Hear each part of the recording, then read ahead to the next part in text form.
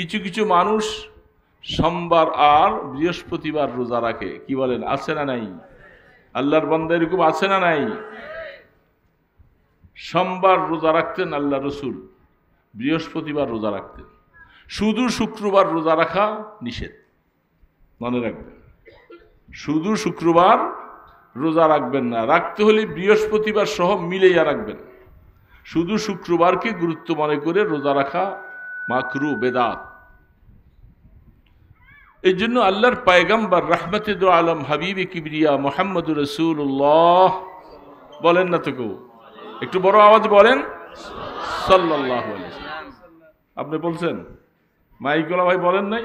আরে বাবা, আরে কিছু কিছু লাইনে আসেন, কতদিন আর এইভাবে থাকবেন? কতদিন থাকবে না? আমি যখন আসতেছিলাম তখন ওই যে কবরের কথা একটা গজল গাইতেছিল একটা ছেলে, বলছে না, এই মাইক কতদিন লইয়া বুকে লইয়া বসে থাকবেন? একদিন আসবে মাইকই আপনাকে লাথি দিয়া, মাইক চলে যাবে আরেক জায়গায়, আপনি যাবেন আরেক জায়গায়। কি বাবা, ঠিক না ব্যাঠিক বলেন? मौत को तुम समझा गाफिल दामनी, मौत को तुम समझा गाफिल आयमनी। আল্লাহর আরিফেরা বলে, তুমি মৌত কি মনে করছো বুঝি এটা মৌতের থেকে উদাসীন হয়ে গেছো, মৃত্যু বুঝি আসবে না, কত লম্বা বয়স হয়ে গেছে, আরে আসে না তো দেখি, হঠাৎ করে চলে আসবে, তোমাকে জিজ্ঞাসা করবে না, জিজ্ঞাসা করবে না। এই জায়গার মধ্যে কোনো আপোষ নাই। বলেন, যারা আল্লাহকে বিশ্বাস করে না তারা কি মৃত্যু হয়? হয় কি হয় না? নাস্তিক যাদেরকে বলা হয়, দেয়ার ইজ নো গড। কি আশ্চর্য কথা, আল্লাহ বলতে কেউ নাই, ও এমনি নাকি হয়েছে, আসমান এমনি হয়ে গেছে, জমিন এমনি হয়ে গেছে, ওদেরকে কি বলে?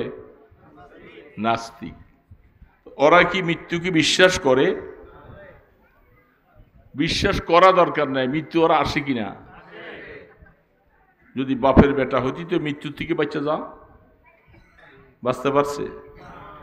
সেই করোনার সময়ের কথা আপনারা পেপারে দেখছেন, আমি বললে মনে হবে। যমুনা ফিউচারের মালিক বাবুল মিয়ায় পেপারে লিখছে, কত হাজার কোটি টাকার মালিক আল্লাহই ভালো জানে, কত মানুষের সম্পদ জবরদখল করেছে, মানুষের পেটে লাথি মেরে যায়া দখল করে নিয়ে আসছে। দিবা তো দিবা, না দিবা বাস শেষ। ক্ষমতার দাপট, ক্ষমতার মসনদে বসে এরকম করছিল। যখন করোনার সময় মরা শুরু হয়েছিল, পেপারে পাইছি আমরা, সে বলতেছে আমার সমস্ত সম্পদগুলি নিয়েও যদি আমার একটু শান্তি দিত কেউ, যে আমি কি অশান্তির মধ্যে আছি এটা বলতে পারি না। বাঁচাইতে পারছে টাকায়। উযকুরু যিকরা হাযিমিল লাযযাতিল মাউত। আল্লাহর হাবিব রাহমাতে দো আলম বলতেছে, হে আমার উম্মতেরা, মৃত্যুর যন্ত্রণার কথা একটু স্মরণ করিও। মৃত্যুর যন্ত্রণা থেকে কেউ বাঁচতে পারবে না, কেউ বাঁচতে পারবে না। মৃত্যুর সময় যে একটা কষ্ট আছে, যেটাকে সাকরাত বলা হয়, সাকরাতুল মাউত, এই কষ্ট সবাইকেই ভোগ করতে হবে। কারো বেশি হবে, নাফরমান যারা তাদের বেশি হবে, আর যারা নিক্কার দিনদার তাদের হালকা একটু হবে। কিন্তু মৃত্যুর যন্ত্রণা সবাইকেই কিছু না কিছু হবে। ওই সময় বলছিল, আমার সব সম্পদ নিয়ে যাও, আমাকে একটু শান্তি দাও। শান্তি দেওয়ার ক্ষমতা কারো নাই। মানুষের সম্পদ জবরদখল করেছে। মাঝে মধ্যে ওই দিক দিয়ে এয়ারপোর্ট যাচ্ছিলাম, বিভিন্ন সময় যাব, যখন তার কাজ হইতেছিল, আমি কয়েকদিন আগেও পেপারে দেখেছি, সে তো নাই, তার পরিবার, তার মেয়ে যারা আছে, একজন মহিলা তার সম্পদটা জবরদখল করে নিয়ে গেছে। সম্পদটার দাম না হলো কমপক্ষে 8 থেকে 10 কোটি টাকা। তাকে দায়িকা বলতেছে 3 লাখ টাকা দিব, নিলে নে, নাইলে না। এখন তো সেই প্রভাবশালী ক্ষমতা ফেসিস্ট আর নাই, কি ঠিক না ব্যাঠি? জবর করে মানুষের সম্পদ দখল করার যে একটা সাহস ছিল, ক্ষমতা ছিল, সেটা নাই। এখন মানুষ সুযোগ পাইতেছে, যাদের সম্পত্তি এভাবে জবরদখল করে একে অপরে দখল করছে, সুযোগ আসছে এটাকে এখন নিজের আয়ত্তে আনার মতো। এখন দোষ দিয়া কোন বাবার কাছে যাবে? খবর আছে, বুখারী শরীফ খুলে দেখেন, ইমাম বুখারী রাহমাতুল্লাহ আলাইহি বলছেন, যারা জবরদখল করে কারো এক বিগত সম্পত্তি সে দখল করে নিয়ে গেছে, এই জমিনটাকে 7 স্তর বানাবে আল্লাহ পাক, বানাইয়া কিয়ামতের ময়দানে এটা তার গলার মধ্যে ঝুলাইয়া দিবে। এটা নিয়ে চলতে পারবে না। সারা ময়দানে হাসরে মানুষ দেখবে যে সে মানুষের জবরদখল করে সম্পত্তি নিয়েছিল। এটা দেখার পরে আর বলতে বাকি হবে না সে কি জান্নাতে যাবে না জাহান্নামে যাবে। পরের হক। যারা এখন এই যে আমাদের দেশে কোটি কোটি টাকা সব বিদেশে পাচার করেছে মানুষের সম্পত্তি, যে গত পরশুদিন এক ব্যাপারে দেখলাম, কৃষিমন্ত্রীর বাসায় যারা তাকে অ্যারেস্ট করতে গেছে 3 কোটি কত লক্ষ 80 লক্ষ টাকা পাইছে, স্বর্ণ পাইছে 82 বড়ি। ব্যাপারটা আছে এখনো। তারপরে এক একজনের বাসায় কত টাকা কত টাকা। আফসোস লাগে যে আরে বাবা, খাইতে কি এত টাকা লাগে? একটা মানুষ দুনিয়ায় বউ বাচ্চা লয়ে খাইতে কি এত টাকা লাগে? এত টাকার কি দরকার? কেন এত টাকার মোহে পড়লা? কেন এত টাকার পিছনে পড়লা? মানুষকে জবাব, এখন তুমি কোথায়? টাকা কোথায়, তুমি কোথায়? রাসূল করিম সাল্লাল্লাহু আলাইহি সাল্লাম বলে, জান উম্মতের আমার, দুনিয়ার থেকে আসার আগে মানুষের হক আদায় করে আসবা, নতুবা যা নেকামল করেছো কিয়ামতের ময়দানে সমস্ত পাওনাদারগুলি সামনে দাঁড়িয়ে যাবে। আল্লাহ পাক ইনসাফওয়ালা, তখন তিনি কারো উপরে চুল পরিমাণ জুলুম করবেন না। আল্লাহ পাক ডাক দিবেন, এই তুমি তার কাছে হক পাও? হ্যাঁ। কেমনে কেমনে পাও? সব তো আমলনামায় লেখা লেখা আছে না নাই? এই যে আমরা যা বলতেছি এখানে বসে আছি, হ্যাঁ না জি বলতেছি, এগুলি লেখা হইতেছি কি হয় না? বিশ্বাস আছে সবার? কিন্তু বাবা সবার বিশ্বাস আছে? সব লেখা হচ্ছে। তখন দেখা যাবে যে অমুকের টাকা আত্মসাৎ করেছে, অমুকের টাকা লুণ্ঠন করেছে, এইভাবে জবরদখল করেছে। এই সমস্তের বিনিময়ে জীবনে যা কিছু নেক আমল করছিল এগুলি সব আল্লাহ পাক হিসাব করে করে ওই পাওনাদারকে দিয়ে দিবে। তখনও তার পাওনাদারের পাওনা শেষ হয় নাই, তখন এমন মানুষ ডাকবে ওই ব্যক্তির গুণাগুলি সব তার ঘাড়ে দিবে। দেওয়ার পরে এই লোকটাকে ঘোষণা হবে তাকে জাহান্নামে পাঠিয়ে দেবে। জাহান্নামের কথা শুনছি না বাবা? কিরে বাবা, খুব আরামের জায়গা না? বলেন না বড় করে, আরামের জায়গা। আহা, এ যুবক বাবাজিরা, অল্প সময় কথা শোনো, আমি লম্বা কথা বলি না, শাস্তি একটু শোনো দিলটাকে কান দিয়ে। কবর যেহেতু সামনে, ময়দানে হাসর, এই পারে ময়দানে হাসর, ওই পারে বেহেশত জান্নাত, মাঝখানে পুলসিরাত। কিরে বাবা, আবার ডিস্টার্ব করতে আছেন কে? যা হয়েছে চলবো, হয়েছে থাক, পরে অন্য মাহফিলের মধ্যে ভালো করে দেন।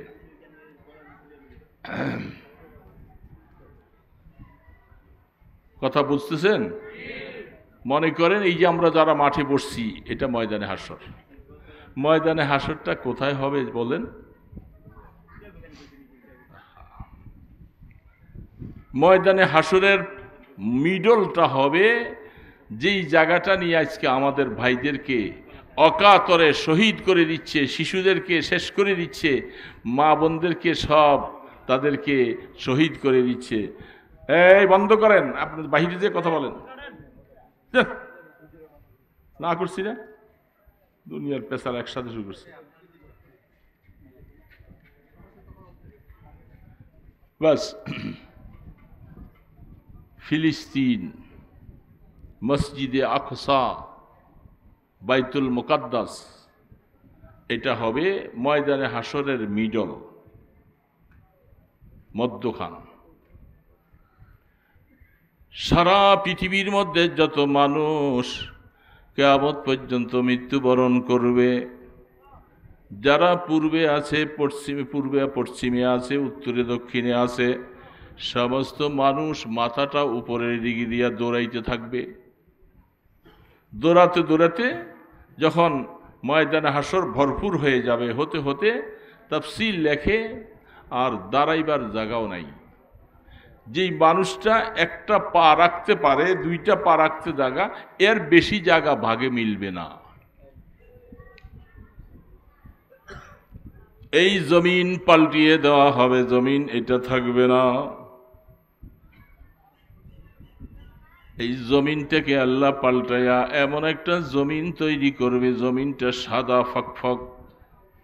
ওই জমিনের উপরে চলবে, মাথার উপরে সূর্যের প্রখরতা, 1 মাইল উপরে সূর্যটা থাকবে, 12 মুখে তাপ দিতে থাকবে। বাবা, এখন তাপ দেয় একটা মুখে, ওই সময় তাপ দিবে 12টা মুখে।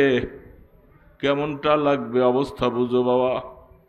এই ইমানদার মুসলমান বাবা, তুমিও মরবা, আমিও মরব।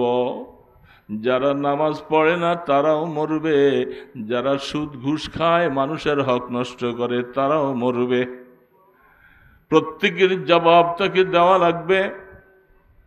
মাথার উপরের তাপটা যখন 12টা মুখে দেওয়া শুরু হবে, মাথার মগজগুলি খড়ে খড়ে পড়তে শুরু করবে, শরীরের ঘামের মধ্যে হাবুডুবু খাইতে থাকবে, দৌড়াদৌড়ি ছুটাছুটি করবে, মানুষগুলি হাহাকার অবস্থা, পিপাসা। সামান্য সময় রৌদ্রের মধ্যে থাকলে পিপাসায় কলিজাটা ফেটে যায়। কোথায় পানি পাওয়া যায়, কোথায় কার কাছে পানি আছে, পানির জন্য দৌড়াইতে থাকে, ভাই আমাকে একটা গ্লাস পানি দাও, তাড়াতাড়ি একটু পানি দাও, কলিজাটা ফেটে যায়। আর ময়দানে হাসরে 1 দিন নয়, 2 দিন নয় বাবা, কতদিন। আল্লাহ রসুল বলতেছে, কোরআনের মধ্যে আয়াত আছে, দেখবো হাফেজে কোরআন আছে, কাআলফ সানাতিম মিম্মা তাউদ্দুন। এক আয়াতের মধ্যে আসছে 50,000 বৎসর। দুনিয়ার 50,000 বৎসর আখিরাতের 1 দিনের সমান হবে। কিরে বাবা, দুনিয়ার 50,000 বৎসরে আখিরাতে 1 দিন।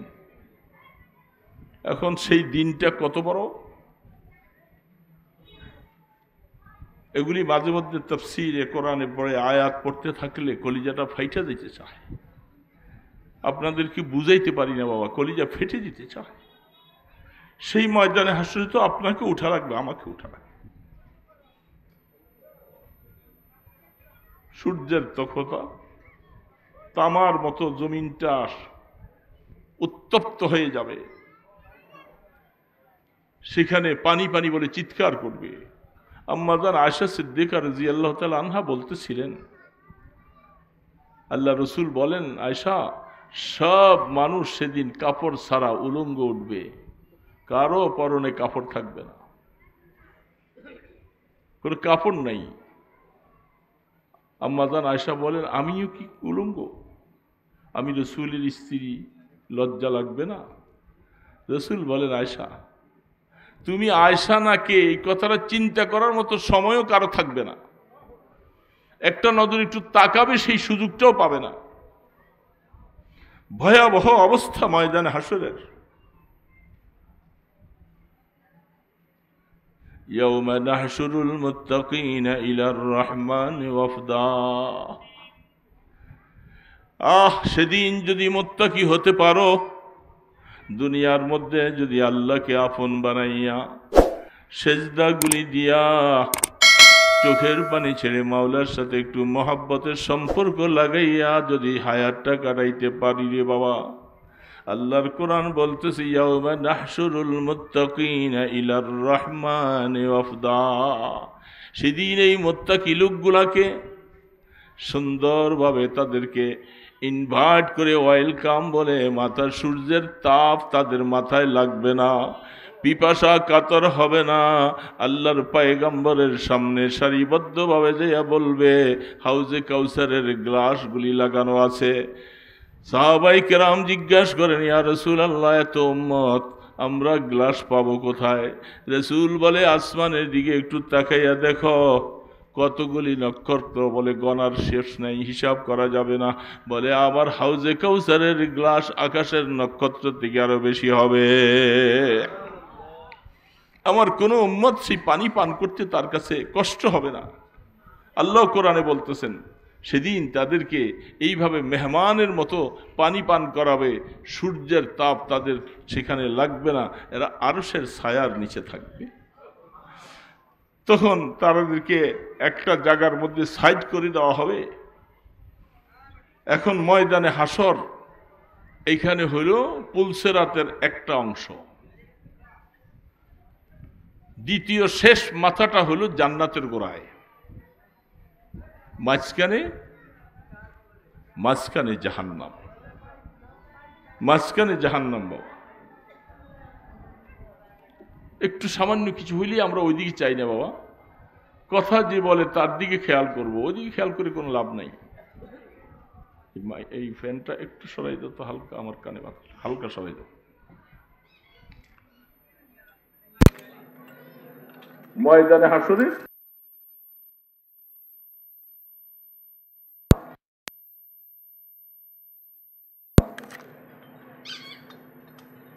সোজা 10,000 বছর।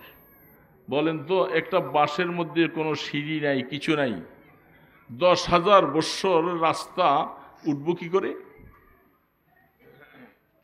সত্য না মিথ্যা বলেন তো বাবা? এ মুসলমান বাবাজিরা, সত্য না মিথ্যা? এ আমার মাইকলা ভাই, শোনো কথা। জীবন তো শেষ করেই দিয়েছ, কতদিন আর বাঁচবা? 10,000 বৎসরের রাস্তা খারাপ, সমান হবে 10,000 বৎসর রাস্তা, সেখান থেকে আবার নামবার জন্য 10,000 বৎসর। এই 30,000 বৎসরের রাস্তা। কোরআন বলতেছে, এমন কোন বাপের ছেলে নাই, নবী বলেন, অলি বলেন, গাউস কুতুব যত আছে, পুলসেরাত অতিক্রম করা ছাড়া জান্নাতে কেউ যাইতে পারবে না। সবাইকেই পুলসেরাত উঠতে হবে। আব্দুল কাদের জিলানী রহমতুল্লাহ আলাইহি বলেন, খাজা মাইনুদ্দিন চিশতি রহমতুল্লাহ আলাইহি বলেন, সিলেটের শাহজালাল ইয়ামানী রহমতুল্লাহ আলাইহি বলেন, যত অলি গাউস কুতুব আছে, পুলসেরাত এটা উঠা লাগবে। আল্লাহু আকবার। সাম্মিনু যাহায়াকুম ফাইন্নাহু ফিস সিরাতি মাতায়াকুম। এই পুলসেরাতটা চুলের মতো চিকন, তরবারির মতো ধার। হাকিম মোহাম্মদ থানভী রহমতুল্লাহ আলাইহি এটা লম্বা ব্যাখ্যা লিখেছেন। এটা তো একটা তাজ্জুব কথা, চুলের মতো চিকন, তরবারির মতো ধার, এটা দিয়ে মানুষ চলবে কি করে? এটা তো একটা অবাস্তব কথার মতো মনে হয়। এটাকে তিনি ব্যাখ্যায় লিখতে যাই অনেক কথা লিখছেন বায়ানুল কোরআনে। তার মূল হাকিকত হলো, পুলসেরাতটাকে দিয়ে দুনিয়ার মধ্যে আপনাকে আমাকে বুঝাইছেন, কিয়ামতের ময়দানে যদি পুলসেরাতটাকে মোটা বানাইতে চান, মোটা দেখতে চান, দুনিয়ার মধ্যে পুলসেরাতের মতো চিকন, চুলের মতো, তরবারের মতো ধার অবস্থা নিয়ে দুনিয়ার মধ্যে হায়াত কাটাও, ইমানের উপরে টিকে থাকার জন্য এরকম কষ্ট মেহনত করো, তাহলে পুলসেরাত ওই দিন যে মোটা হয়ে যাবে। সেটাকে রহমাতে দু আলম বলছেন, ফজরের 2 রাকাত নামাজ পড়তে যে সময় লাগে, আমার উম্মতেরা যারা জান্নাতের টিকিট পাবে, জান্নাতের একটা টিকিট হবে না রে বাবা? হবে তো? এ যুবক বাবাজিরা, অল্প কথা শুনে নাও, জান্নাতের একটা টিকিট দেওয়া হবে। মান উতিয়া কিতাবাহু বিয়ামিনিহি ফাসাউফা ইউহাসাবু হিসাবান ইয়াসীরা। আল্লাহর কোরআন সত্য না মিথ্যা বাবা? সবাই বলো, সত্য না মিথ্যা? কোনো সন্দেহ? কোরআন বলছি,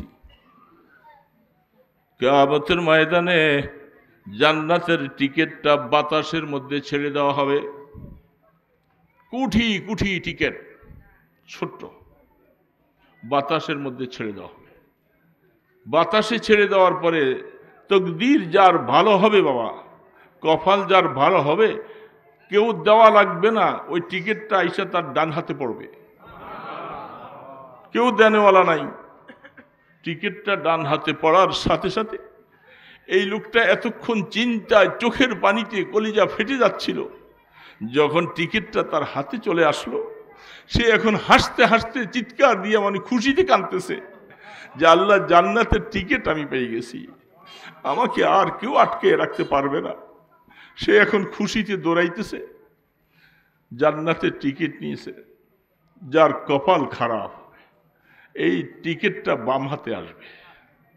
বাম হাতে আসার সাথে সাথে সে চিৎকার করে, ষাঁড়ের মতো, গরুর মতো চিৎকার করে কলিজাটা ফাটেই ফেলবে, হায় আমার কি অবস্থা হবে, আমার তো আগুনে জ্বলাই লাগবে, পুলসেরাত পার হতে পারবো না, টিকিট আমার বাম হাতে চলে আসছে, আমার কি কে উদ্ধার করবে, কি করবে, কোনো উপায় নাই, সেখানে ভিন্ন কেউ নেই একমাত্র আল্লাহ ছাড়া। পেরেশান হয়ে যাবে। আল্লাহ পাক, আল্লাহ রসুল বলেন, যার টিকিটটা ডান হাতে আসবে, আমার উম্মতের জন্য এই 30,000 বৎসরের রাস্তা পুলসেরাতটা পার হওয়ার জন্য মাত্র 2 থেকে 5 মিনিটের ভিতরে পার হয়ে যাবে। কিভাবে যে পার হবে সে চিন্তাও করতে পারবে না। আর এখানে পুলসেরাতের এক মাথা, জান্নাতের মধ্যে যে আরেক মাথা। এখন জাহান্নামী যারা হবে তাদেরকে এখানে যেহেতু উঠাই লাগবে, না উঠাই উপায় নাই, নিচে জাহান্নাম ধাউ ধাউ করে জ্বলছে। জাহান্নামের আগুন 70,000 জিঞ্জির দ্বারা ফেরেশতারা, এক একটা জিঞ্জিরের মধ্যে 70,000 ফেরেশতা জাহান্নামটাকে ধরে রাখছে, টেনে রাখছে। জাহান্নাম কেবল তর্জন গর্জন করতেছে। এই কিছুদিন আগে বন্যায় দেখেছেন পানিগুলি কিভাবে পড়তেছিল, পানির স্রোতের মধ্যে কত ছেলে, কত মা, কত বাবা, কত কেউ চলে গেছে। ঠিক জাহান্নামের আগুনটা এইভাবে যখন শুরু হবে, শুধু বারবার করে মানুষের দিকে লিলিহান এইভাবে আসবে, সেই জাহান্নাম এই অবস্থায়, এটার উপর দিয়া যখন জাহান্নামী যাওয়ার জন্য যখন উঠতে শুরু করবে, বাস কেটে জাহান্নামে পড়ে যাবে, কেটে জাহান্নামে পড়ে যাবে। এইভাবে লক্ষ লক্ষ, কোটি কোটি, মিলিয়ন মিলিয়ন মানুষ জাহান্নামে কেটে পড়ে যাবে সব। আর আল্লাহ পাক তকদির যার ভালো, আল্লাহ যেন আমাদের তকদিরটা ভালো করে দেয়। সবাই বলি আমিন বাবা। জাহান্নামে ক্ষমতা তো নাই বাবা। আল্লাহ যদি নারাজ হয়ে যায়, জাহান্নাম যদি চলে আসে, তাহলে কি হবে রে বাবা, কি হবে? এই দুনিয়া, এই দালান কোটা, এই বিল্ডিং, এই অট্টালিকা, এগুলি কি হবে আমার, কি লাভ? এই জন্য আল্লাহর কাছে সবসময়, যুবক বাবারে, আর কতদিন থাকবি গাফেল হইয়া? কবরে তো যাওয়াই লাগবে, ময়দানে হাসরে উঠাই লাগবে, পুলসেরাত অতিক্রম করাই লাগবে। এখন তকদির ভালো হবে কি মন্দ হবে জানি না, এটা দুনিয়ার আমল ভালো দেখলে বোঝা যাবে যে আল্লাহ কি ব্যবহার করবেন। এই জন্য বলতেছিলাম দোস্ত, দুনিয়ার এই রং তামসা, আনন্দ উল্লাস, এই ছেলে মেয়ের জন্য কত মিথ্যা কথা বলতেছ, কত মানুষের হক নষ্ট করতেছ, মানুষকে মাপে কম দিতেছ, কত মানুষকে ঠগাইতেছ। এগুলার পয়সার ভাগী কি তুমি শুধু একা? ছেলেকে খাওয়াও, বিবিকে খাওয়াও, মা বাবাকে খাওয়াও। খোদার কসম দিয়ে বলতেছি বাবা, শোনো, তুমি যখন জাহান্নামের দিকে যাইবা, তোমার এই সন্তান এরা তোমার কোনো উপকারে আসবে না, কেউ ধরা দিবে না তোমার কাছে। তুমি কেন চুরি করে আনছো, তুমি কেন পরকে ঠক দিয়ে আনছো, আমরা কেউ বুঝবো না। তুমি জাহান্নামে যাইবা, তুমি যাও, সবাই নাফসি নাফসি করবে। সে এই জন্য সেই ভয়াবহ দিন, সেটা সামনে, কেউ বাঁচতে পারবো না, কেউ বাঁচতে পারবে। আল্লাহ পাক বলছে, এ আমার বান্দা, যদি তুই আমার সাথে একটু সম্পর্ক রাখস, আমার সাথে যদি তোর একটু কানেকশন হয়, আলা ইন্না আউলিয়া আল্লাহ লা খাউফুন আলাইহিম ওয়ালা হুম ইয়াহজানুন। আল্লাহ পাক বলেন, যার সাথে আমার একটা সম্পর্ক হলো, তুমি নামাজ পড়ো, রোজা রাখো, দিনের উপরে চলো, এবং ভুল ত্রুটি হয়ে গেছো, নিরিবিলি বসে বসে আবার আমার কাছে কাঁদতেছো, আল্লাহ তুমি আমাকে মাফ করে দাও, আমাকে মাফ করে দাও, আমি বুঝি নাই, না বুঝি করে ফেলছি, মাফ করে দাও, তুমি মাফ না করলে আমাকে কে করবে? এইভাবে আল্লাহর কাছে কানবা। করতে করতে যখন আল্লাহ পাক তোমার উপরে রাজি হয়ে যাবে, তোমার কবর সুন্দর, তোমার হাসর সুন্দর, তোমার পুলসেরার সুন্দর, চির সুখময় জান্নাতের বাসিন্দা বেনে যাবা। আর কোনোদিন দুঃখ হবে না, আর কোনোদিন কষ্ট হবে না, এত ঘাম ঝরবে না, মানুষের দুয়ারে দুয়ারে এত কষ্ট করা লাগবে না। মাইকোলা ভাই শোনো, আর এই কষ্ট তোমার করা লাগবে না যদি জান্নাতের বাসিন্দা হয়ে যেতে পারো। কোনোদিন তোমার আর কোনোদিন পেরেশানি আসবে না। তোমার খাদেম খুদ্দামেরা তোমার সামনে খানা, আল্লাহু আকবার। আল্লাহ পাক কোরআনের মধ্যে বলছেন, আল্লাহ রসুল বলছেন হাদিসের মধ্যে, এক একটা খানার মধ্যে 70 আইটেমের স্বাদ হবে। একটা খানার মধ্যে এখন মুখে দিছে একরকম স্বাদ, আবার মুখে দিছে আরেক রকম স্বাদ, 70 রকমের স্বাদ। তোমার খাইতে মনে চাবে, তোমাকে উঠা যাইয়া খাইতে হবে না। আল্লাহর কোরআন বলতেছে, তুমি মাত্র বিছনার মধ্যে শুয়ে চিন্তা করলা একটা পাখি উড়ে যাচ্ছে তোমার জান্নাতে, এত সুন্দর পাখিটা, তার গান এত সুন্দর, আহা এর গোশত যেন কত স্বাদ। শুধু তুমি কল্পনা করবা, খোদার কসম পাখিটা বুনা হইয়া পাকা হইয়া তোমার মুখের সামনে আসতে 1 মিনিট সময় লাগবে না। বেশ, জান্নাতুন তাজরি মিন তাহতিহাল আনহার। কি জান্নাত আল্লাহ পাক রাখছে তৈরি।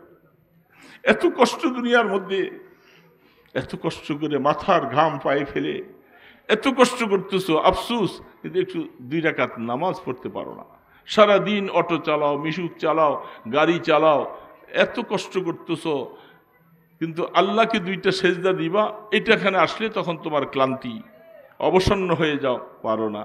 আল্লাহ পাক বলে, তোর আমি শক্তি দিছিলাম, তুই গাড়ি চালাইলি, মিশুক চালাইলি, অটো চালাইলি, লেবারি করলি, সমস্ত কাজ করলি আমার দেওয়া শক্তি দ্বারা, কিন্তু আমি আল্লাহকে 2টা সেজদা যদি দিতি, তোর এই কষ্টটা সার্থক হতো, তোর এই কষ্টটা সার্থক হতো।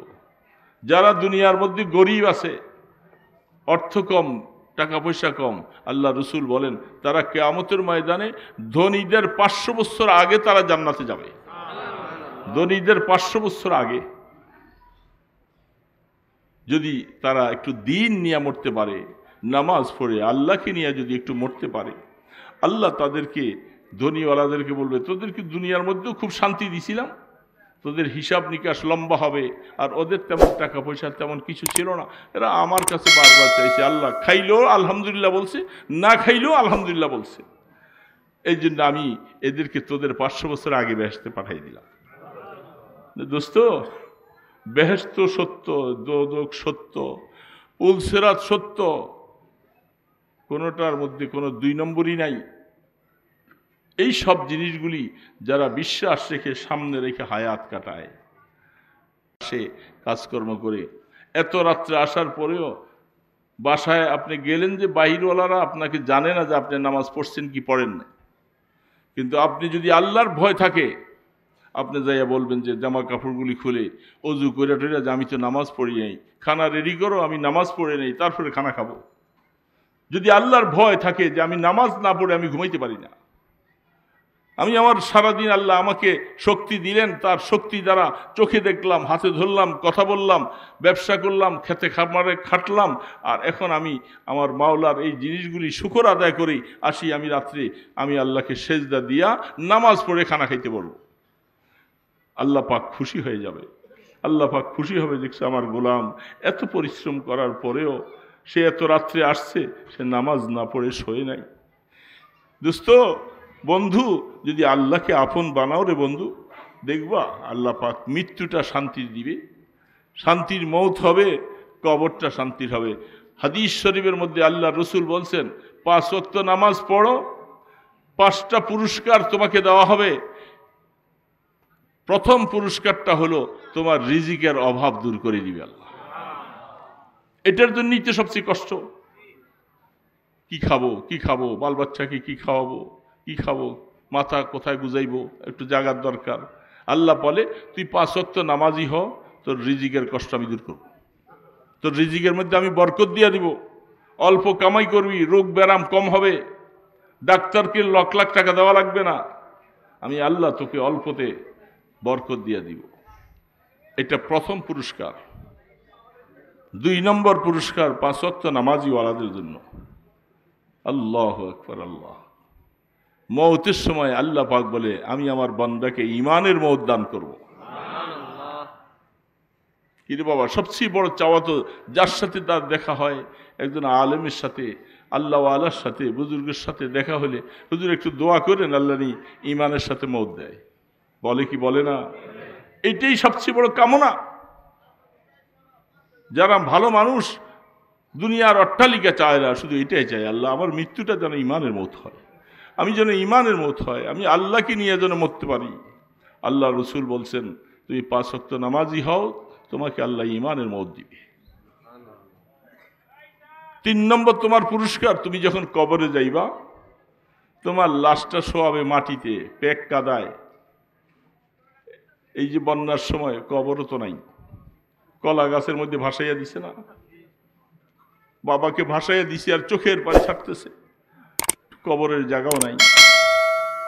অনেক অনেক জায়গার মধ্যে কবর করলেও মুষলধারে বৃষ্টি পড়তে থাকে, বালতি দিয়া সেচতে থাকে, সেচে আর পানি উঠে, সেচে পানি উঠে, কলা গাছ 2টারে কাইটা দিয়া বাবাকে মাকে শোয়াই দিয়েছে। একটু পরে তো কবরে পানি ভাইসে গেছে। সন্তানদের মনে মানে না, বাবাকে কিসের মধ্যে শোয়াই আসলাম, না মানলেও কিছু করার নাই। আল্লাহর হাবিব বলেন উম্মত তোর সন্তানরা তোকে কেদার মধ্যে পানির মধ্যে শোয়াই দিয়া গেছে, আমার আল্লাহ পাক যখন তুই নামাজি সন্তান হবি তোর কবরটাকে জান্নাতের বাগান বানিয়ে দিবি। আল্লাহ পাক জান্নাতের সাথে যোগাযোগ হবে। আফরিসুহু মিনাল জান্নাহ ওয়া আলবিসুহু মিনাল জান্নাহ ওয়াফতাহ লাহু বাবান ইলাল জান্নাহ, এ জান্নাতের দিকে দরজা লাগাইয়ে দাও এবং তাকে বলবে তুমি ঘুমাও, সারা জীবনে আরামে ঘুমাইতে পারো নাই, তুমি নুমকা নৌমিল আরুস, নতুন দুলা দুলানির মতো তুমি ঘুমাও। 4 নম্বর পুরস্কার, কিয়ামতের ময়দানে যে আমল নামাটার কথা বলছিলাম, এই আমল নামা 5 ওয়াক্ত নামাজি, তুমি নিশ্চিত থাকো তোমার আমল নামা আল্লাহ পাক বলে আমি ডান হাতে দিব। 5 নম্বর পুরস্কার হলো কিয়ামতের ময়দানে তোমাকে ডাকবে হিসাবের জন্য, আর কোনো ডাকাডাকি নেই, কড়াকড়ি নেই। এই আমার বান্দা তার আমল নামা ডান হাতে চলে আসছে, ফেরেশতারা গেট খুলে দাও, আমার বান্দাকে জান্নাতে নিয়ে যাও। এত বড় একটা পুরস্কার আল্লাহর তরফ থেকে আল্লাহ রসুল ঘোষণা দিছে। কেমনে পারো রে বাবা নামাজ না পড়ে শুয়ে থাকতে, কেমনে পারলা? তুমি সব কিছুর জন্য সময় পাও, আমার মাওলাকে 2টা সেজদা দিতে, এত সুন্দর কপাল তোমাকে দিছে আল্লাহ। তুমি চিন্তা করো নাই সারা পৃথিবীর মধ্যে এত মানুষের মধ্যে একরকম চেহারাওয়ালা একটা মানুষ নাই, সমস্ত মানুষের চেহারাগুলি ভিন্ন ভিন্ন করছে, গলার আওয়াজ 2 জনের একরকম না। এত সুন্দর করে যে মাওলা বানাইয়া দিলেন, তুমি এই কপাল দিয়ে মাওলাকে একটু সেজদা দিতে পারো না? তোমার কি মনে চায় না যে আমি আমার মাওলাকে একটু সেজদা দেই? এই যুবক কেমনে পারো? এই জন্য 5 ওয়াক্ত নামাজি হয়ে যাও, আল্লাহ পাক বেড়া পার করে দিবে। আল্লাহ রসুলের ওয়াদা যে তুমি ভালো মানুষ হয়ে যাবে, মওতের সময় তোমার জীবনটা ভালো হবে, কবর ভালো হবে, হাসর ভালো হবে। বাবা এগুলি যদি বিশ্বাস না করো তুমি না করো, কোনো অসুবিধা নাই, বিশ্বাস করার দরকার নাই। মওত সামনে আসতেছে, সময় মতো বুঝবা। হ্যাঁ, জান্নাত ভি হায় জাহান্নাম ভি হায়, না মানে তু মরকে দেখ। জাহান্নামও আছে জান্নাতও আছে, বিশ্বাস যদি তোমার না লাগবে তাহলে তুমি মরো, মরলেই তো বুঝতে পারবা যে হুজুররা কোরআন শরীফ থেকে কথাগুলি বলছে সত্য না মিথ্যা বলছে, তুমি তখন বুঝবা। এই জন্য দোস্ত কথা আর লম্বা নয়, কথা শেষ। অনুরোধ করে বলছি, আপনাদের হাতে ধরে পায়ে ধরে বলি বাবা নামাজি হও, নামাজি হও। আর কত নামাজ নষ্ট করবা, কত নামাজ নষ্ট করবা? তোমার মতো কত যুবক পড়ে আছে, রাস্তায় পড়ে গেছে, কবরে শুয়ে আছে, বাইক চালাতে যাই আবার পড়ে গেছে। কত যুবক গেছে কেন এরকম? তুমিও তো একসময় চলে যাবা, বুড়া হইয়া যাইবা, কোনো হিসাব আছে নাকি? এই জন্য আল্লাহকে আপন বানাও। আল্লাহকে আপন বানাবার জন্য সবচেয়ে বড় হাতিয়ার হলো নামাজ। এই জন্য মাইকওয়ালা বাবা, আমার কথা মনে কষ্ট পাইছো? কষ্ট পাইও না, একটু নামাজি হও, নামাজি হও। তোমার জন্য বলছি যে নামাজ পড়ো, নামাজ পড়ো। দোকানদার বাবাজিরা, তোমাদেরকে কিছু বলছি, কষ্ট পাইও না, একটু নামাজি হও, দেখবা তোমার সব কাজ আল্লাহ বরকত দিবে। আল্লাহকে নিয়ে বেঁচে থাকো, আল্লাহকে নিয়ে কবরে যাও, দেখবা হায়াতটা দামি হবে। আল্লাহ সুবহানাহু তাআলা এই টুটাফাটা কয়েকটা কথা বলছি, লম্বা সময় নয়। এই কথাগুলি আল্লাহ আমাকেও যেন আমল করার তৌফিক দেয়, আমার এই ভাইদেরকেও যেন আমল করার তৌফিক দান করে। আমাদের সমস্ত যুবক বাবাজিদেরকে যেন আল্লাহ নামাজি বানিয়ে দেয়। যারা মাহফিল কর্তৃপক্ষ করেছেন, মোহতাম সাহেব হুজুর কই দোয়া হবে, আস্তাগফিরুল্লাহ আল্লাযী লা ইলাহা ইল্লা হুয়াল হাইয়ুল কাইয়্যুম ওয়া আতুবু ইলাইহি, আস্তাগফিরুল্লাহ আল্লাযী লা ইলাহা। ইস্তেগফার পড়েন সকলে খাঁটিভাবে তওবা করলে আল্লাহ গুনাহ মাফ করে দিবেন বলছেন। নিজের মনটা ছোট করে দেন, নিজের মনটা ছোট করে দেন বাবা। সুযোগ যদি পাওয়া যায়, আমাদের ডিএটি মসজিদে প্রত্যেক ইংরেজি মাসের 3 নম্বর শুক্রবার আমিও থাকি, এশার পরে আলোচনা হয়। আমাদের অনেক দোস্ত হাবাবরা আসে, অনেক আলেম ওলামারা আসেন। আপনাদেরকে দাওয়াত দিলাম, সুযোগ পাইলে প্রত্যেক ইংরেজি মাসের 3য় শুক্রবার মাগরিব পড়েন অথবা এশা পড়েন, কিছু তালিমের সাথে থাকেন, কিছু দিন শিখেন বাবা। আল্লাহর মহব্বতটা দিলে নিয়ে যেন কবরে যাইতে পারি। দুনিয়ার মহব্বতটা কমাও বাবা, এই দুনিয়া নিয়ে কেউ যাব না কবরে, সব পড়ে থাকবে। এই জন্য সবাই চেষ্টা করব। বলতে পারেন শরীয়তের হিসাব কোন বছর বয়সে তাকে বালেগ ধরা হয়? বালেগ বুঝেন নাই? বুঝতেছেন তো? 15 বছর বয়সে তাকে বালেগ বলে। যখন একটা সন্তানের বয়স যখন 15 হয়, তখন শরীয়ত তার উপরে বর্তায়, শরীয়তের হুকুম তার উপরে চলে আসে। তার আগ পর্যন্ত ছেলেরা এখানে কথা বলো না বাবা, কারণ শয়তান, ওই যে বড় মিয়া আছে একজন, চিনেন নাকি বড় মিয়া? এই বড় মিয়া এই সমস্ত কথা শুনলে এর গায়ে আগুন জ্বলে যায়। নামাজের কথা, যুবকরা নামাজি হবে, যুবতীরা নামাজি হবে, হুজুরদের এই কথা শোনার কারণে তারা হেদায়েত পাবে। এই জন্য বড় মিয়া আইসা এই কয়েকটা কুত্তা পাঠাই দিব, এখানে হাউকাউ শুরু করবো, ক্যাশম্যাশ শুরু করবো, একটা গন্ডগোল শুরু করে। আমি বহু জায়গায় দেখেছি, এতক্ষণ কুকুর দেখি নেই। এই যখনই আলোচনা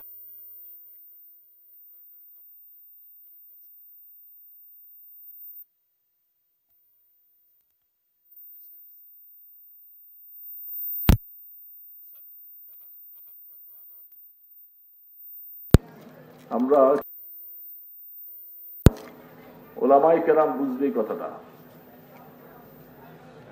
রাত্রির শেষ ভাগে একটা নামাজ আছে না নাই? মাইকটা আওয়াজটাই না নেয় না বাবা।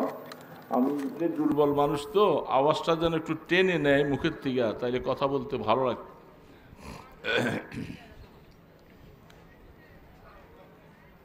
সাউন্ড আবার বেশি দিলে শো শো শো শো করে। হ্যাঁ, কারণ আপনি কি করবেন? আপনার জিনিস থাকলে না কাজ হইব, জিনিস না থাকলে যতই টিপে টিপি করেন কাম হইব না। আচ্ছা আচ্ছা, ঠিক আছে, ইনশাল্লাহ হয়েছে, থাক, অসুবিধা। আমি বেশি কথা বলবো না, অল্প কথা। রাত্রির শেষ ভাগে একটা নামাজ আছে না নাই? ওই নামাজটার নাম কি বাবা? তাহাজ্জুদ। মাশাআল্লাহ, মুসলমানের সন্তান যারা ওয়াজ শুনতে বসছে, এরা তাহাজ্জুদের নাম জানবে না, এটা তো হতেই পারে না। পড়ি বা না পড়ি, কিন্তু এই আমলটার কথা জানাও তো দরকার। এটা একটা আমল। দেখবেন, পরীক্ষা করে দেখবেন, রাত্রির শেষ ভাগে যারা ঘুম থেকে উঠেন, তাহাজ্জুদের নামাজ পড়ার জন্য আপনি উঠছেন, উঠে 2-4 রাকাত নামাজ পড়তেছেন, কিছুক্ষণ পরেই ফজরের আজান হবে। এই যখনই মুয়াজ্জিন ফজরের আজানটা প্রথম ওয়াক্তে দেওয়া শুরু করে, আমার মসজিদের আশপাশে কতগুলি কুকুর থাকে, তো পৌরসভা এখন ওইগুলি পালতেছে। এরা এইভাবে হাউকাউ শুরু করে, হাঁ হু করে কান্না শুরু করে দেয়। এই কথাটাকে কিতাবে লিখছেন শাররুন আহাররা জানাবিন। ওই সময় কাঁদতেছে কেন? তারা তখন দেখতেছে যে শয়তানের সাথে তাদের মধ্যে রাত্রে যেভাবে মেলামেশা চলছিল, এখন আজানের আওয়াজ কানে আসার সাথে সাথে শয়তানগুলি পিছনের রাস্তায় বাতাস ছেড়ে ছেড়ে তারা পালাইতে থাকে। যখন এটা আমার কথা নয়, বুখারী শরীফ খুলে দেখেন, শয়তান পিছনের রাস্তায় বাতাস ছেড়ে তারা পালাইতে থাকে। তো যখন শয়তানগুলি পালাইয়ে যায়, কুকুর দেখে যে আমাদের বন্ধু ছিল এতক্ষণ, এখন তারা চলে যাচ্ছে, এখন কুকুরগুলি আ করে কাঁদতে থাকে। এই জন্য মুসলমান তো আজান শুনলে পালাবে না, আজান শুনলে পালাবে শয়তান।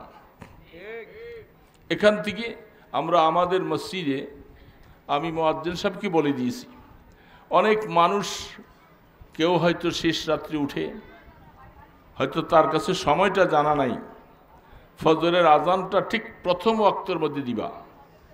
রমজান মাসে যেরকম সাহারির সময় শেষ হয়ে গেলে আজান দেওয়া হয়, ঠিক 12 মাস এই আজানের টাইমটা ওইভাবে দিবা।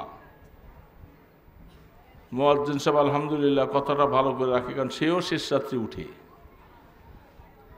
যখনই আজানের সময় হবে ওই সময় আজান শুরু করে। তখন অনেক যারা রোজা রাখে তারা বুঝতে পারে যে এখন আর সাহারি খাওয়া যাবে। খাঁটিভাবে তওবা করি, সবসময় নিরিবিলি বসে বসে ঘরের কোনায়, গাছের তলে, মসজিদের কোনায়, যে আল্লাহ গুনাহ করছি, গুনাহ কইরা ফেলাইছি আমি, তুমি আমার কি করবা, মাইরা ফেলাইবা?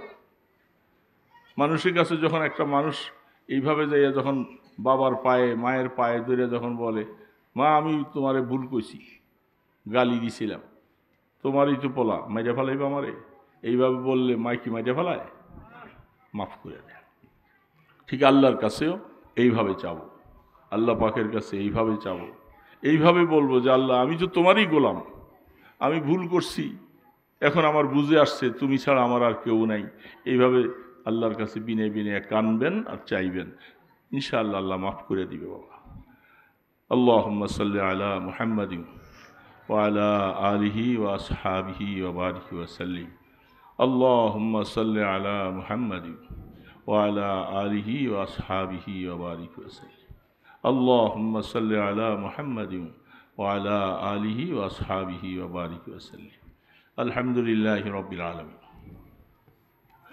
والصلاة والسلام على أشرف الأنبياء والمرسلين يا حي يا قيوم يا حي يا قيوم يا حي يا قيوم برحمتك نستغيث يا رحمن يا رحيم يا رحمن يا رحيم يا غفار يا ذا القوة المتين يا راحم المساكين. হে মাওলা ও রহমান রাহিম, আমরা কতগুলি গুনাহগার মাওলা, আমরা গুনাহ করে করে তোমাকে নারাজ করে ফেলছি আল্লাহ, তোমার অবাধ্য হয়ে গেছি আল্লাহ। আল্লাহ মাহফিল শেষে এই প্যান্ডেলের নিচে বসে রাত্র গভীর হয়ে গেছে, মেসকিনের মতো 2টা হাত তুলছি আল্লাহ। এ আল্লাহ আমাদের দিকে একটু মায়ার নজরে তাকাও না আল্লাহ, আমাদেরকে কার হাতে ফেলাইবে আল্লাহ? আল্লাহ তুমি ছাড়া তো আমাদের আর কেউ নাই মাওলা, আমাদেরকে গোলাম বলে ডাকার মতো আর কেউ নাই মাওলা। তুমি আমাদের মাওলা, তুমি আমাদের রব, তুমি আমাদের সব। আল্লাহ তুমি মাফ না করলে আমাদের উপায় নাই মাওলা, জাহান্নামের আগুনে জ্বলার ক্ষমতা নাই মাওলা, আগুন দাও দাও করে জ্বলবে। আল্লাহ আমাদেরকে আগুনে কেমনে ফালাইবা? এ মাওলা, তোমার কি একটু মায়া লাগবে না মাওলা? এত সুন্দর করে মানুষ বানাইছো আল্লাহ, এই সুন্দর চেহারা তুমি দিয়েছো মাওলা, এটা আগুনের মধ্যে কেমনে ফালাইবা মাওলা? তোমার কি একটু মায়া লাগবে না মাওলা? মাওলা, আমাদেরকে মাফ করে দাও। মৌতের সময় আমাদেরকে ঈমান দিও আল্লাহ, ঈমানের মৌত দিও আল্লাহ। আল্লাহ, কবরে নিয়ে আমাদেরকে পিটাইও না মাওলা। চিৎকার করে কলিজাটা ফেটে যাবে, সবাই কবর দিয়া মাটি দিয়া চাপা দিয়া চলে আসবে। আমার যে কি অবস্থা হবে এটা আমার ছেলে মেয়েরা কেউ দেখবে না মাওলা, একমাত্র তুমি বুঝবা তোমার গোলামের সাথে কি ব্যবহার। আল্লাহ, আমাদেরকে কবরে নিয়ে মাইরো না মাওলা, একটু আদর করো মাওলা। মাওলা, আমরা আপনাকে ভুলে যাই নাই মাওলা, আমরা আপনাকে আল্লাহ বলে ডাকছি আল্লাহ, আমরা আপনাকে সেজদা দিছি আল্লাহ। এই কপালের মধ্যে আগুন কেমনে লাগাইবা? তোমার কি রহমানুর রহিম নামের মধ্যে জোশ আসবে না আল্লাহ? ইয়া আল্লাহ, আল্লাহ, ময়দানে হাসরে আমাদের আমল নামাটা ডাল হাতে দিও। দুনিয়ার মধ্যে কত বন্ধু আল্লাহ, সেদিন কেউ নাই মাওলা, আমাদের আমল নামাটা ডাল হাতে দিও আল্লাহ। আল্লাহ, মাথার উপরে সূর্যের তাপ হবে, এ আল্লাহ, তোমার আরশের ছায়া ছাড়া কোনো ছায়া নাই। আল্লাহ, তুমি আমাদেরকে একটু ছায়া দিও আল্লাহ, এ আল্লাহ, একটু ছায়া দিও গো মাওলা। মাওলা, আমাদেরকে ভুলে যাইও না আল্লাহ, আল্লাহ, আমাদেরকে ভুলে যাইও না মাওলা। আল্লাহ, পুলসেরাত কেমনে পার হব এ মাওলা, কেমনে পার হব? তোমার রসুল বলছে তোমার বান্দা হলে 2 রাকাত নামাজের সময় পার করাইয়া দিবা। সারা জীবন তোমার জান্নাতের ওয়াজ শুনছি আল্লাহ। আল্লাহ, মনে চায় তোমার জান্নাতুল ফিরদাউসের বাসিন্দা। আল্লাহ, আমাদেরকে মাহরুম করে দিও না, আমাদের মাহরুম করে দিও না। আমাদের আব্বা আম্মা, দাদা দাদি, আমাদের নানা নানি, শ্বশুর শাশুড়ি, আল্লাহ, যাদের উসিলে আমরা দুনিয়ায় আসছি আল্লাহ, আল্লাহ, তাদেরকে মাফ করে দাও আল্লাহ। আল্লাহ, তাদেরকে মাফ করে দাও। যারা কবরে চলে গেছে, কবরকে রহমতের কবর বানাইয়া দাও আল্লাহ। আমাদের নেক আমলের সওয়াব আমাদের আব্বা আম্মার কবরে পৌঁছে দাও। যাদের মা বাবা বেঁচে আছে, এদের হায়াতে বরকত দাও আল্লাহ, তাদের গুনাহ মাফ করে দাও আল্লাহ। আমাদের ছেলে মেয়ে, বিবি বাচ্চা সবাইকে নামাজি বানাও আল্লাহ, নামাজি বানাও আল্লাহ। আমার এই যুবক বাবাজিদেরকে নামাজি বানাও আল্লাহ, তাদেরকে রহমতের হাতে দাও আল্লাহ। এদেরকে নামাজের কথা বলছি আল্লাহ, আল্লাহ, তাদের দিল তো তোমার হাতে মাওলা। মুসলমানের সন্তান আগুনে জ্বলবে কেমনে আল্লাহ? আল্লাহ, আমার এই মুসলমান বাবাজিদেরকে নামাজি বানাও আল্লাহ। তোমার ঘর মসজিদে যাওয়ার তৌফিক দাও আল্লাহ। এই মাদ্রাসা কবুল করে নাও আল্লাহ, মাদ্রাসা কবুল করো আল্লাহ। মাদ্রাসার যত জরুরিয়াত আছে পুরা করে দাও আল্লাহ। যারা এখানে মাহফিলের আয়োজন করে দিয়েছে আল্লাহ, তাদের এই জায়গার মধ্যে বরকত দান করো আয় আল্লাহ। অনেকেই দোয়া চেয়েছে আল্লাহ, প্রত্যেককে আল্লাহ মাফ করে দাও আল্লাহ। আতরাফের মধ্যে রহমতের হাওয়া চালু করে দাও, সবাইকে দিনদার বানাইয়া দাও। আমার মা বোনদেরকে পর্দানিশী বানাইয়া দাও আল্লাহ। যখন ডাক দিবা আল্লাহ, রাস্তায় ঘাটে বেজ্জতি করে মওত দিও না আল্লাহ। সিগাল কুকুরের মতো মওত দিও না আল্লাহ। জানাজা হারা করে মওত দিও না আল্লাহ। আল্লাহ, কলেমা পড়াই আমাদেরকে কবরের ডাক দিও আল্লাহ। সোনার মদিনে আমাদের দুরুদ সালামের হাদিয়া পৌঁছে দাও আল্লাহ। আপনার ইসমে আজমের উসিলায়, আপনার হাবিবের কদম মোবারকের উসিলায় আমাদের দোয়াগুলি কবুল করেন। সাল্লাল্লাহু তাআলা আলা খায়রি খালকিহি মুহাম্মাদ ওয়া আলা আলিহি ওয়া আসহাবিহি আজমাইন বিরহমাতিকা ইয়া আরহাম। সম্মানিত তাওহীদি জনতা,